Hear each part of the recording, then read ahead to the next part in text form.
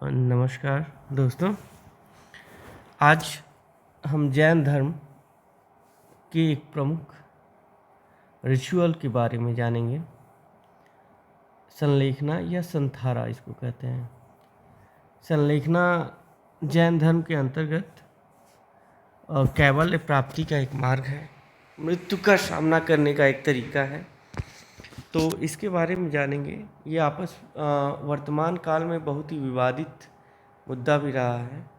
दरअसल संलेखना की तुलना कई सारे विद्वान कभी कभी सुसाइड से करते हैं तो कभी यूथेनेसिया से करते हैं।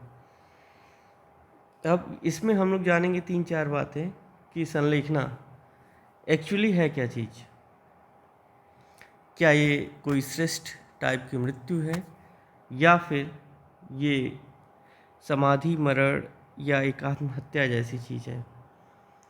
तो फर्स्ट ऑफ ऑल हम कुछ रिसेंट इवेंट्स देखते हैं। जैसे न्यूज़ में था कि विमेन एस्केटिक अटेन समाधि आफ्टर अंडरगोइंग संलेखना फॉर 39 डेज। तो आप देख सकते हैं कि ये चेन्नई के एडिशन की बात है। एक विमेन एस्केटिक थी, सन्यासी थी, जो लगभग 39 डेज तक संलेखना का पालन करते हुए डाई की। नेक्स्ट आप देख सकते हैं कि एक न्यूज़ थी हम लोगों के साथ कि जैन मुनि विश्वेश सागर जी महाराज ने ली समाधि, 9 दिनों से अन्न जल का त्याग कर दिया था।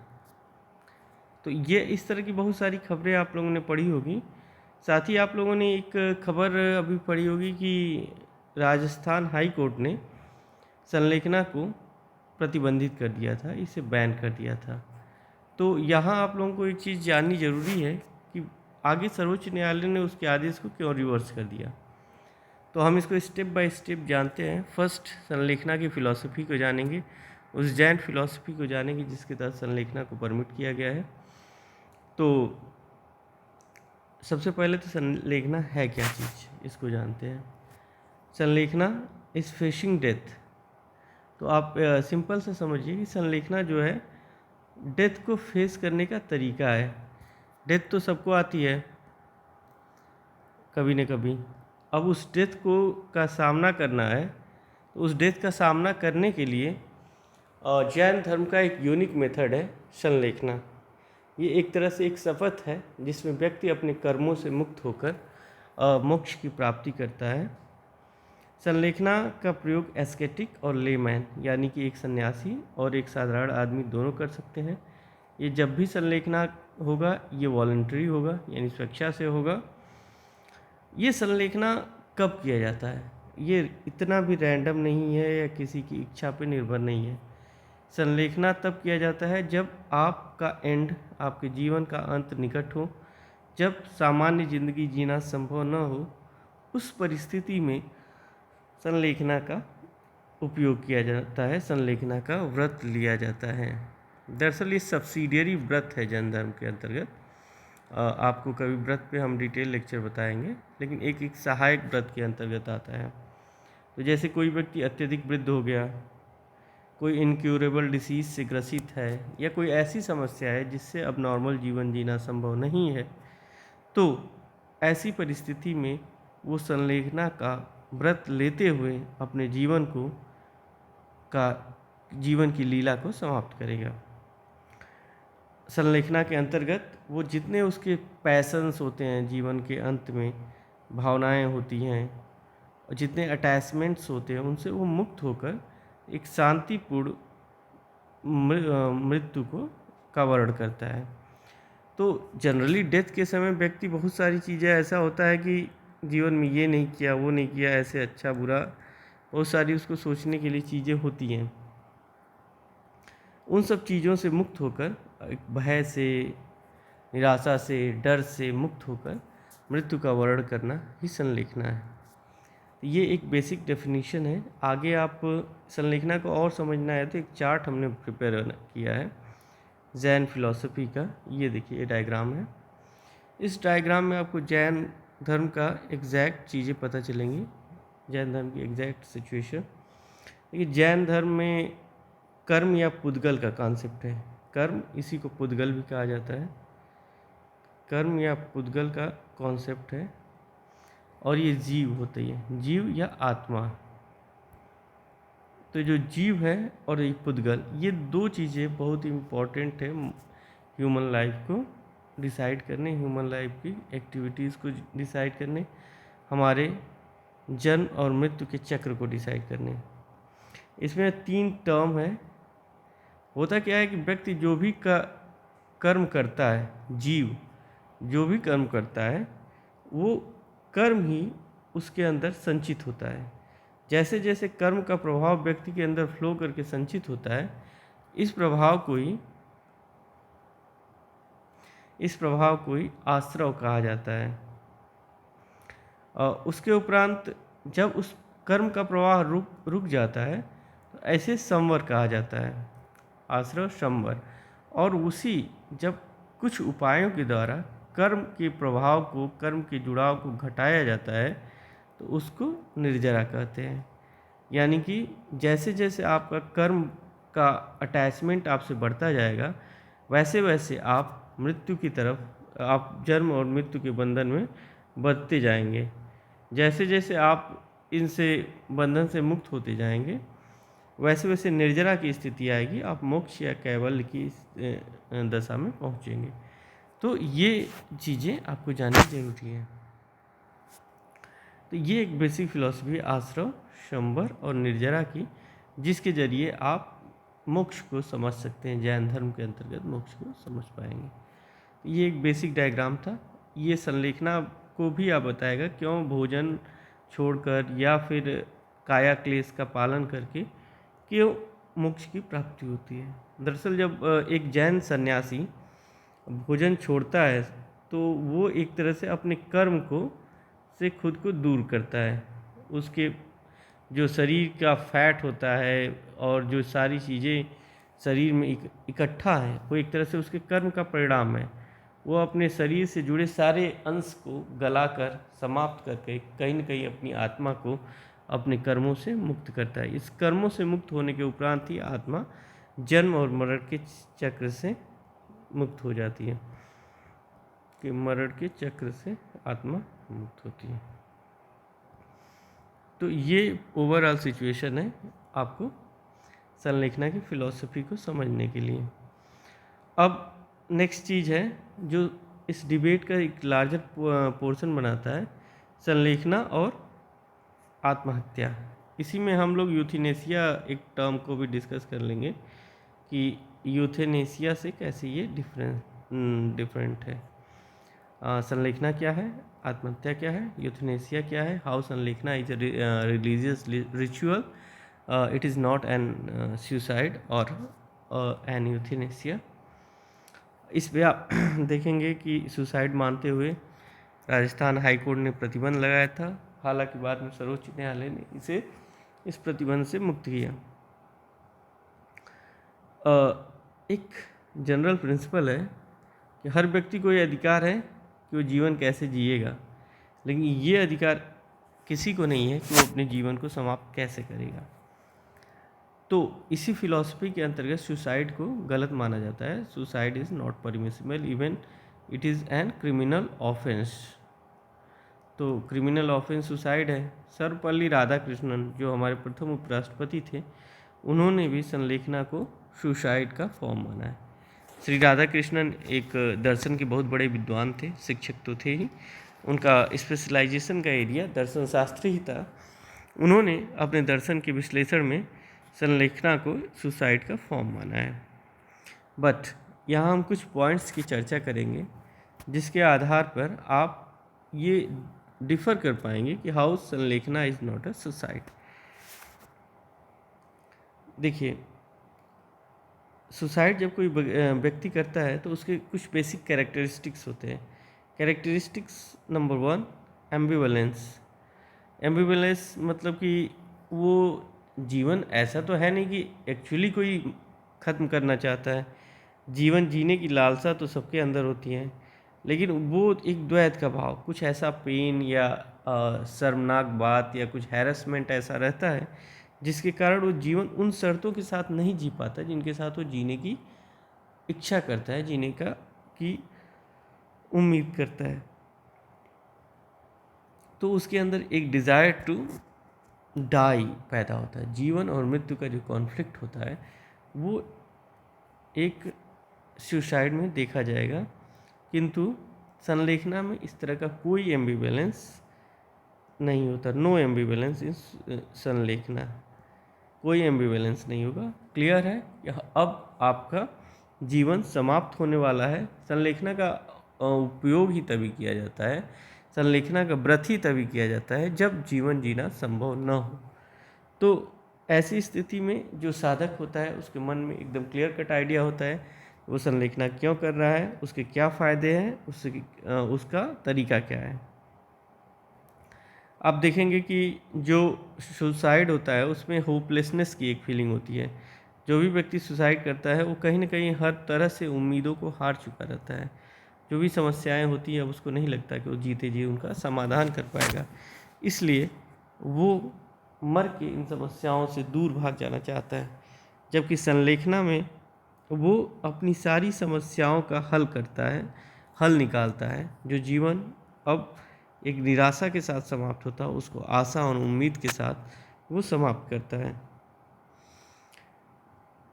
एक फिजिकल और साइकोलॉजिकल फीलिंग होती है थकान की, फ्रस्ट्रेशन की, ये सब निराशा, थकान, ये सब सुसाइड के पार्ट होते हैं। जबकि संलेखना में ऐसा कुछ नहीं है, सारी चीज़ें नहीं पाई जाएंगी। संलेखना में कोई एंजाइटी, टेंशन, डिप्रेशन इस तरह की चीज़ें नहीं होती है। ना ही संलेखना कोई मेंटल डिसऑर्डर है, ना ही कोई परवर्टेड एटीट्यूड है। परवर्टेड एटीट्यूड यानी कि ऐसा बिहेवियर जो कि साइकोलॉजिकली गलत है, मेंटली गलत है, बट आप उस पर कॉन्सेंट्रेट नहीं कर पा रहे हैं, उस तरह का भी कोई बिहेवियर नहीं है। और उसके अंदर जो सुसाइड होता है उसके अंतर्गत जो भी सिचुएशन है वो ऐसा लगता है कि ये अनअवॉइडेबल है, अब इस सिचुएशन से बचा नहीं जा सकता। एक फियर, एक डर और भावनाओं का उद्वेलन होता है। बहुत ज़्यादा भावुक होने की स्थिति में ही व्यक्ति सुसाइड करता है। ये एक मोमेंट्री इमोशनल टर्बुलेंस होता है। उस मोमेंट्री इमोशनल टर्बुलेंस में व्यक्ति सुसाइड का कार्य कर लेता है। इमोशनल टर्बुलेंस का ये रिजल्ट होता है। हो सकता है कि जो व्यक्ति यदि उस समय किसी कारणवश सुसाइड न कर पाए तो इन फ्यूचर वो कभी सुसाइड न करें।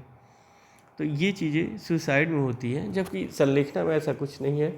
इसमें फेयर नहीं होता, इसमें बल्कि होप होता है। इसमें किसी प्रकार का डिस्पेयर की जगह नहीं होती। व्यक्ति जानबूझ के मृत्यु का वर्ण करता है, अपनी सारी चीज़ों से, सारे कर्मों को वो दूर छोड़ता है। उन कर्मों को छोड़कर वह स्वतः एक ऐसी मृत्यु का वर्ण करता है जिससे वो अपने इस संसार और परा संसार दोनों के आवागमन के बंधन से खुद को मुक्त करा पाता। अब हम इसको समराइज करेंगे संलेखना को फिलोसॉफिकली एंड उस तरह भी कि देखिए संलेखना है कि to sum up it is that intense penance which is undertaken by a person at the last moment of life। आपको मैंने बताया ही लास्ट मोमेंट ऑफ लाइफ में ये लिया जाता है। The undertaking of the penance is at the time of death contains full reviewing of the whole past activity with the purpose of weakening the bonds of worldly attraction. इसका जो purpose होता है वो अपने पूरे लाइफ का सर्वे करके जो वर्ल्डली अट्रैक्शन है, सांसारिक लगाव है, उससे मुक्त करना और अपनी बॉडी को एक पीसफुल और परफेक्ट हैप्पी एंडिंग के लिए तैयार करना। At this time no excitement is felt, no pain is experienced, but under the perfect self control complete ecstasy is enjoyed and one breathes once last happily under Santhara. तो ये एक अलग type का death है, रिलीजियस डेथ है, जिसमें आप peaceful होते हैं, हैप्पी एंडिंग की तरफ जाते हैं, बहुत एक्साइटेड भी नहीं होते कि कुछ बहुत अच्छी चीज़, ना ही बहुत पेन की स्थिति में होते हैं, और धीरे धीरे आप मृत्यु का एक वर्ण करते हैं जो आपको अंततः आगे की तरफ लेके जाएगी। इस चार्ट को मैंने आपको बता ही दिया। थर्ड पॉइंट है सम अप करने के लिए, the person controls all his patience and abundance all worldly attachments. जो भी व्यक्ति होता है अपने सारी भावनाओं पर नियंत्रण करता है, सारे वर्ल्डली अटैचमेंट से दूर रहता है, हर प्रकार के जो सन्यासी स्वभाव है उनका पालन करता है, धीरे धीरे जल और अन्न का त्याग कर देता है, वो शांति से मेडिटेट करते हुए प्रकृति के समीप रहकर अपनी आत्मा को अपने शरीर से दूर करता है। इस तरह धीरे धीरे वो जब अपने शरीर को अपनी आत्मा से दूर कर लेता है, कहीं ना कहीं वो अपने कर्मों से भी दूर चला जाता है, और कर्म से दूर जाने के बाद ही जीव अपने स्वतंत्र भाव में मुक्त हो पाता है। The basic concept underline it is that man is the architect of his own destiny, यानी ये मानता है कि man is the master of his destiny, और उसे डेथ को इस तरह फेस करना चाहिए, डेथ का इस तरह सामना करना चाहिए कि वो नए कर्मों के आगमन को रोक सके और अपने आत्मा को, अपने जीव को बंधन से मुक्त करा सके। Penance is capable of burning old karmas and reducing them to ashes. जैसे अभी आपको हमने बताया कि जो ये पेनांस है यानी कि संलेखना है, इस संलेखना के द्वारा अपने ओल्ड कर्मों से व्यक्ति मुक्त होता है। जो जीव है अपने ओल्ड कर्मों से संलेखना के द्वारा मुक्त होता है। इस प्रक्रिया को निर्जरा किया जाता है। इस पेनांस के द्वारा वो निर्जरा की स्थिति प्राप्त होता है, और निर्जरा के बाद ही उसे मोक्ष की प्राप्ति होती है। तो कर्म से मोक्ष की तरफ जाने का रास्ता ही संलेखना है, जिसमें पीस भी होता है और शांति भी होता है, रिलीजियस सेटिस्फैक्शन भी होता है, ये सारी चीज़ें। Those who adopt the wow immediately become the, देखिए ये एक वाव है, शपथ है जैन धर्म के अंदर।